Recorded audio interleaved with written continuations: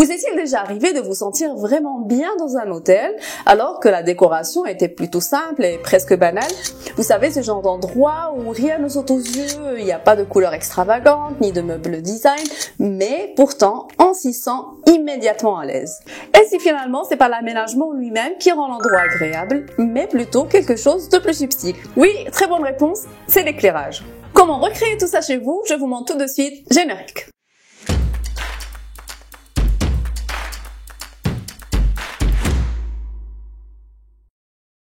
Bonjour tout le monde, ici c'est Monde d'Intérieur et je suis là pour vous aider à vous sentir bien chez vous. Aujourd'hui, on va voir comment réussir un éclairage soigné et confortable dans vos intérieurs. J'ai déjà entendu pas mal de fois des gens dire « l'éclairage, c'est pour voir clair » et c'est tout. Ou bien « plus de spots il y a, mieux c'est ». Je suis désolée mesdames et messieurs, mais vous avez bien tort. Comme je vous ai dit lors du premier épisode, l'éclairage est la quatrième dimension d'un espace. C'est ce qui donne de la vie, du relief et de la profondeur à une pièce, plus que la couleur, plus que les textures et plus que le mobilier. Sans lumière soignée, les formes et les textures restent muettes même si votre intérieur est parfaitement agencé. Pour éviter cela, nous allons suivre quelques étapes. Si vous observez la nature, vous allez voir qu'il y a différents types de lumière qui influencent profondément notre perception et notre bien-être. Il y a une lumière directe, celle du soleil à découvert qui est franche et puissante, et il y a une lumière indirecte, comme celle qui se filtre à travers les branches d'arbres ou celle adoucie par des nuages et qui crée une atmosphère calme et apaisante. Et s'ajoute à ça la variation de la couleur de la lumière tout au long de la journée, comme la lumière dorée et chaude au lever du soleil, la lumière blanche et vive à midi, puis les teintes orangées en fin de journée. Ce sont exactement ces transitions lumineuses qu'on va chercher à transcrire dans nos intérieurs. Pourquoi? Parce que tout simplement un éclairage intérieur qui suit cette logique naturelle va venir le reconnecter avec notre rythme biologique et va recréer cette sensation instinctive de bien-être que l'on ressent dehors en pleine nature. Pour le faire, les architectes classent l'éclairage intérieur en 3 strates. Une première couche pour l'éclairage général, une deuxième pour l'éclairage d'accent et une troisième pour l'éclairage décoratif. L'éclairage général est la lumière principale d'une pièce, celle qui éclaire la pièce et diffuse la lumière de façon uniforme. Il peut être direct, comme c'est le cas des plafonniers, des suspensions, des spots, ou indirect sur les murs et les plafonds, comme les appliques murales ou les rubans LED. L'éclairage d'accent ou d'appoint est un éclairage qui complète celui principal et sert à attirer l'attention sur un élément précis et à souligner une zone de manière subtile comme quand on met en valeur un tableau ou une plante. Contrairement à l'éclairage général, l'éclairage d'accent structure visuellement l'espace et son intensité est généralement 5 fois plus importante que celle du principal. Donc vous pouvez l'utiliser pour souligner une niche murale ou bien créer une zone de lecture confortable. Ça peut être des spots érigés, des lampes sur pied, des lampes de table, des LED sous les meubles ou des spots sur rail comme celui que nous voyons dans les musées et qui servent à mettre en valeur les œuvres d'art. L'éclairage décoratif est comme son nom l'indique, il a une fonction plutôt esthétique. Il attire l'œil et rend l'espace plus agréable. Ça peut être des guirlandes ou des LED d'immeubles avec température réglable pour changer l'ambiance. Vous pouvez avoir ce genre d'éclairage derrière une tête de lit ou autour d'un miroir. Maintenant que vous avez compris qu'une seule source de lumière ne suffit pas et qu'il faut combiner entre différents types d'éclairage pour avoir une ambiance équilibrée, passons à la deuxième étape. Comme je viens de vous expliquer, dans la nature, la lumière ne reste pas la même toute la journée. Le matin et le soir, elle est jaune orangée et à midi, quand le soleil est au plus haut, elle devient blanche. Ces différentes couleurs de lumière, on les appelle la température de couleur et on la mesure en Kelvin. Plus la lumière est jaune, plus la température est basse et plus elle est blanche, plus la température est élevée.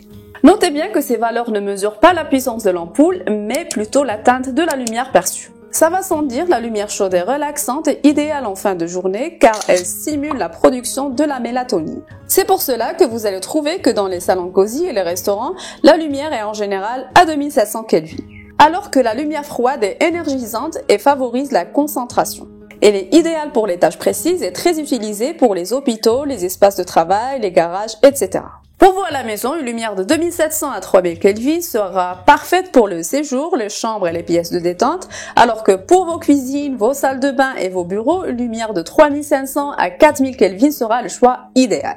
J'attire votre attention sur le fait qu'il y a des ampoules très pratiques qu'on appelle des ampoules dimmables ou bien les smart et qui sont des ampoules qui ont l'option de changer la température de lumière selon l'heure et l'ambiance voulue via des applications sur téléphone.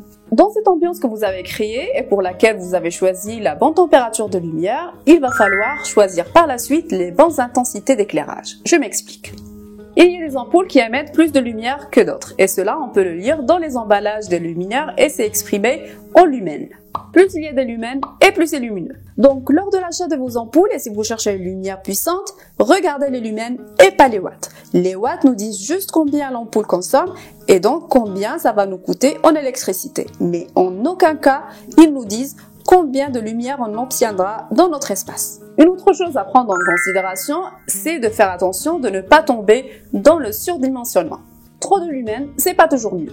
Ça ne veut pas toujours dire qu'on est mieux éclairé. Vous n'avez pas besoin d'un projecteur de stade de foot pour lire un livre ou dîner en famille. Sinon, votre espace ne sera pas confortable pour les yeux, il y aura trop d'éblouissement et c'est du gaspillage d'énergie. Donc, vaut mieux 4 à 5 spots bien orientés, plus une lumière d'un point ciblé, qu'un spot de 1500 lumens au plafond.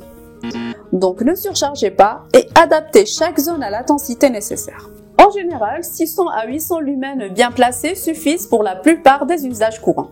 Bon, maintenant que vous avez choisi les bonnes températures de lumière et que vous avez varié les intensités d'éclairage, il est temps de passer à l'étape qui change tout, la mise en scène.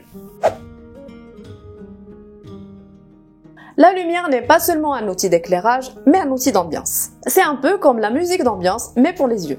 Donc, osez personnaliser votre lumière comme si vous personnalisiez votre style d'intérieur. Pour composer ta lumière comme un pro, tu as entre les mains 2 outils infaillibles. Le premier outil, c'est l'ombre, et c'est le truc que la plupart des gens oublient. Sans les ombres, les objets paraissent plats. C'est grâce à l'ombre qu'on a un contraste intéressant entre le clair et le sombre. Et c'est ce contraste, justement, qui attire l'œil, guide l'attention et met en valeur certains éléments. Un exemple pour comprendre. Si toute la pièce est éclairée pareil, l'œil ne sait pas où regarder. Mais si tu crées un contraste, par exemple en mettant en lumière une étagère et en laissant le fond plus sombre, tu racontes quelque chose visuellement. Donc en multipliant tes sources de lumière, en laissant volontairement des zones d'ombre, tu vas avoir un contraste et donc un éclairage plus intéressant. Le deuxième outil que tu as à ta disposition, c'est la direction de la lumière. Est-ce qu'elle vient du haut, du bas, du côté ?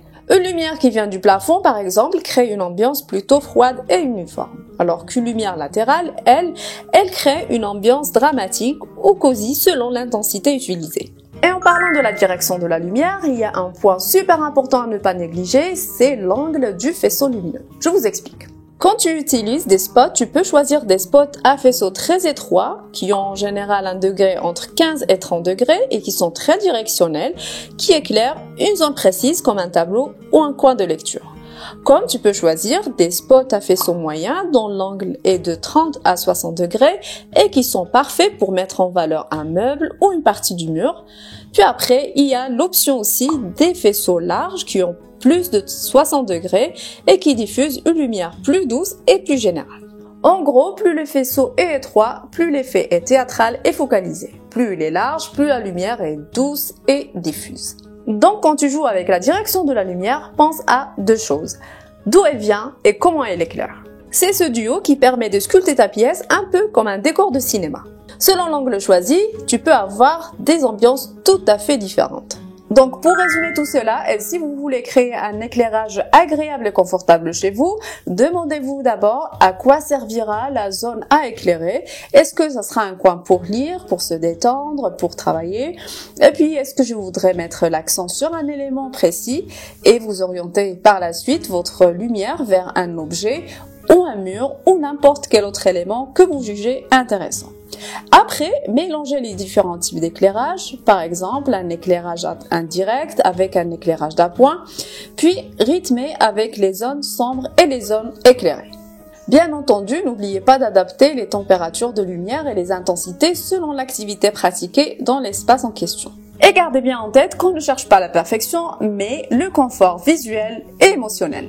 Comme conclusion, je dirais, osez expérimenter. Éteignez, allumez, déplacez, testez, c'est comme un jeu. Avec un peu d'attention, vous allez voir que la magie va opérer et que votre pièce va changer complètement. Alors observez vos pieds ce soir, regardez si la disposition de lumière vous donne envie d'y rester et qu'est-ce qu'il faudra changer pour que ça soit plus chaleureux. D'ailleurs, j'attendrai vos réponses dans la case des commentaires. Ah, chouette tout ça. Tu sais, nous organisons une crémaillère dans notre terrasse et je n'ai aucune idée de comment l'aménager. Des idées à me proposer ? Et pour toi Camille, nous verrons cette histoire de terrasse lors du prochain épisode. D'ici là, prenez soin de vous et à très bientôt.